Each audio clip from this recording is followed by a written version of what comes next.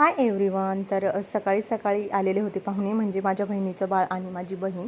तर मी रुटीन चेकअपला गेलेले प्रेग्नेन्सीच्या. तर तेव्हा माझं काही वजन वाढलेलंच नव्हतं. तर एका महिन्यामध्ये अर्धा किंवा 1 किलोसुद्धा वाढलेलं नव्हतं. त्यामुळे तिने मला पनीर पराठा बनवलेला. तर त्यानंतर मी मालकीस बिस्किट खाल्लेलं, थोडंसं गोड खावं वाटतं म्हणून. आणि त्यानंतर आलं होतं मम्मीचं पार्सल. तर माझी बहीण आणि तिचं बाळ अनबॉक्सिंग करत होतं ते. तर खूप सुंदर अशी पैठणी आम्ही कस्तुरी पैठणीवरून ऑर्डर केलेली होती. त्यानंतर मी खाल्लेले केक. 7वा महिना प्रेग्नेन्सीचा स्टार्ट झालेला आहे आणि तरी पण जेवण माझं जे कमीच आहे, त्यामुळे माझी तब्येत पण जरा बरीच नाही आहे. तर त्यामुळे मी माझ्या बहिणीला बोलवून घेतलेलं आहे. तर ती नवनवीन अशा रेसिपी, पराठे वगैरे मला बनवून देतच असते. तर दुपारी केली होती बाळाच्या मम्मीने बाळासाठी मॅगी. तर ती पण थोडीशी खावीशी वाटली म्हणून मी खाल्ली. तर संध्याकाळी फिरायला गेलेलो आणि बाळ बघा कसं बसलं आहे पाळण्यामध्ये. तर आय होप व्लॉग आवडला असेल तर चॅनलला सबस्क्राईब करा, लाईक करा. Till then bye bye.